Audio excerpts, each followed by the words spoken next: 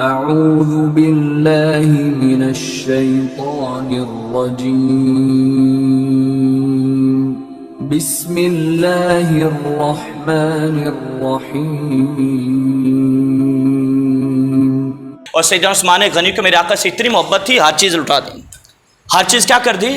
حضور علیہ السلام کی ذات پر، میرے آقا کے نام پر لٹا دی۔ ایک شخص حضور کی بارگاہ میں، سنیے توجہ سے، میرے آقا کی بارگاہ میں آیا کچھ مانگنے کے لیے، حاجت مند تھا۔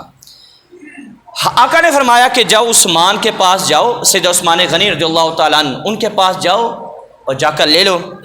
وہ سائل گیا سیدنا عثمان غنی رضی اللہ تعالیٰ عنہ کے پاس، ابھی دروازے تک ہی پہنچا ہے اور سیدنا عثمان غنی رضی اللہ تعالیٰ عنہ کی آواز کانوں کے اندر پڑی، آپ غلام کو ڈانٹ رہے ہیں، کہنے لگے اور نامعقول، آج تو نے سالن کے اندر نمک زیادہ ڈال دیا۔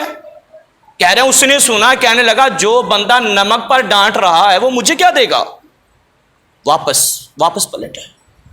واپس جب پلٹے نا تو پھر میرے آقا علیہ السلام کی بارگاہ میں عرض کرنے لگے، یا رسول اللہ وہ تو نمک پر ڈانٹ رہے تھے اپنے غلام کو، جو بندہ نمک پر ڈانٹ رہا ہو بھلا وہ کسی کو کچھ دے گا؟ میرے آقا نے فرمایا تو جا تو صحیح، دوبارہ جا۔ وہ دوبارہ گیا۔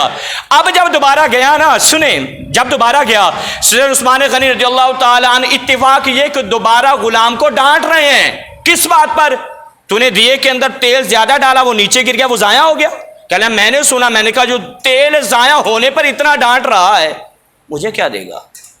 میں واپس، حاجت مند واپس آئے نا، میرے آقا نے پھر اس سے تیسری مرتبہ کہا، او بندے مجھے بتا تو صحیح، تو نے میرا نام لیا کہ نہیں لیا؟ وہاں پہ تو نے میرا نام لیا کہ تجھے میں نے بھیجا؟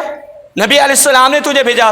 یا رسول اللہ میں نے آپ کا نام نہیں لیا۔ کہ جا اب جا کر نا میرا نام لے عثمان کو۔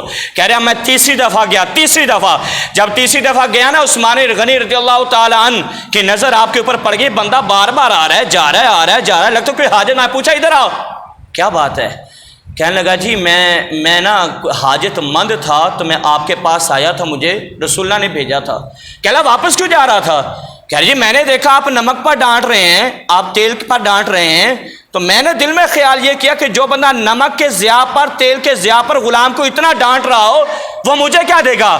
آپ نے کہا او بات سن، یہ ہمارا معاملہ ہے، یہ میرا ذاتی معاملہ ہے، تو ایک دفعہ بتاتا تو صحیح، تجھے میرے آقا نے بھیجا ہے، تجھے رسول اللہ نے بھیجا ہے، پھر آپ کیا کرتے؟